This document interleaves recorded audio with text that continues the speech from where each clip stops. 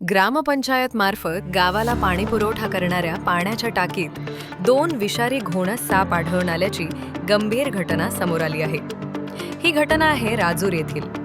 या घटनेमुळे संपूर्ण गावात भीतीचे वातावरण पसरले असून नागरिकांमध्ये तीव्र संताप व्यक्त केला जात आहे। पाण्याच्या टाकीची पाहणी करत असताना टाकीमध्ये साप असल्याचे लक्षात येताच तातडीने सर्पमित्रांना पाचारण करण्यात आले। सर्पमित्रांनी तत्परतेने कारवाई करत टाकीतून 2 विषारी घोणस साप सुरक्षितपणे पकडले। साप पकडल्यानंतर नागरिकांनी सुटकेचा निश्वास टाकला।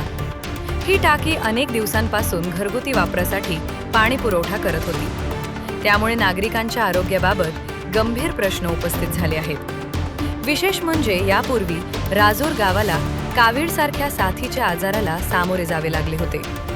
दूषित पाणी हेच त्या आजाराचे कारण असल्याचा संशय त्यावेळी व्यक्त करण्यात आला होता। त्या पार्श्वभूमीवर ही घटना अधिकच चिंताजनक मानली जात आहे।